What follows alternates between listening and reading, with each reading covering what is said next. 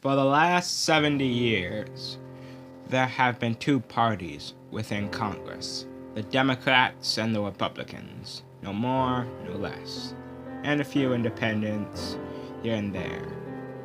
But before 1951, Congress had multiple parties within its walls, and even though the two larger parties were dominant, these parties still had a large influence on them and could change one of the two parties. One of these parties was the Populist Party. The party emerged in the early 1890s and were a powerful force in American politics before 1896, when the Populist Party began their decline. When the Populists decided to work together with the Democrats and produced a fusion candidate, which made the party lose its national identity to the Democrats, and over the next few years they would begin to disband, and would do so in 1908. So, time to ask the question, what if the Populist Party became a major party in American politics? How would the politics of America be different in this alternate timeline? So, how could this timeline possibly come to be? Through a presidential election, of course. In this timeline, a massive shift occurs in the South among poor blacks and whites, leading to states such as Texas, Alabama, Kentucky, and other southern states voting for the populist candidate, James B. Weaver, in the election. And for the first time since the Whigs have a non-Democratic or Republican president been elected.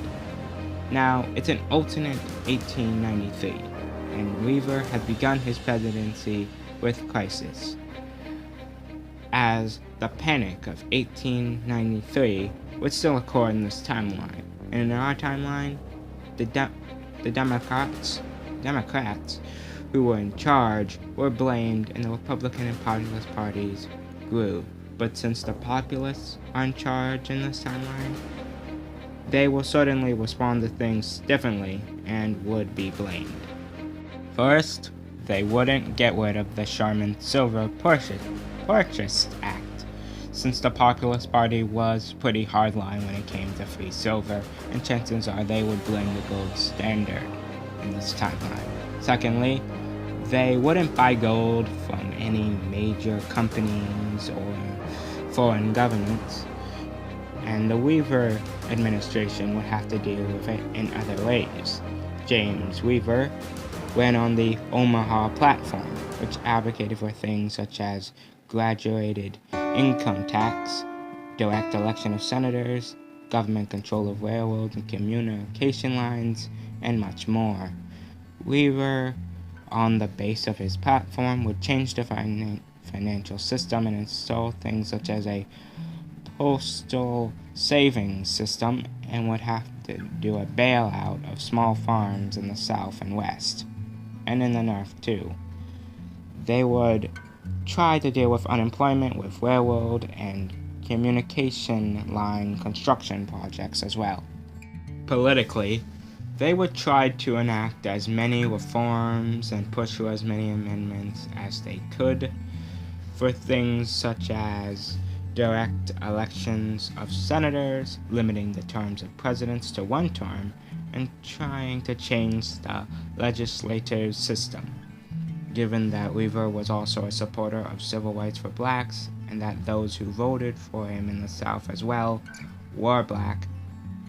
Chances are Weaver would try to pass laws to ensure that blacks keep their right to vote in the South and to prevent Democrats from trying to restrict that in the election to ensure their support, and by the time of the 1894 elections, they would lose their seats. They would lose their seats, but it wouldn't be as bad as the massive defeat for the Democrats in our timeline. Now, it's 1896, and Weaver is leaving office, for we are going to assume that the Populists managed to carry out many of its reforms, including the one that limits presidents to having one term. which we will talk about to greater detail in a moment.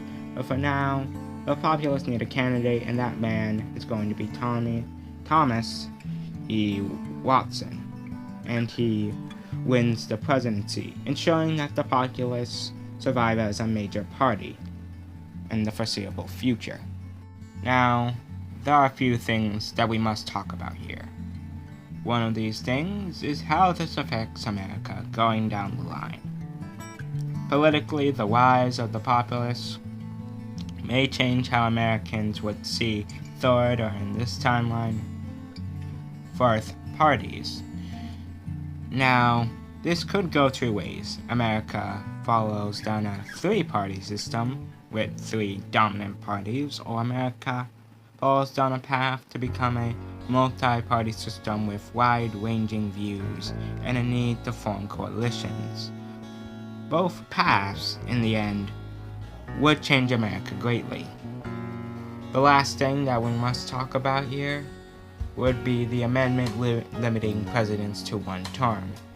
This amendment would change world history drastically, as each 4 years, a president would have to leave and a new one would have to enter.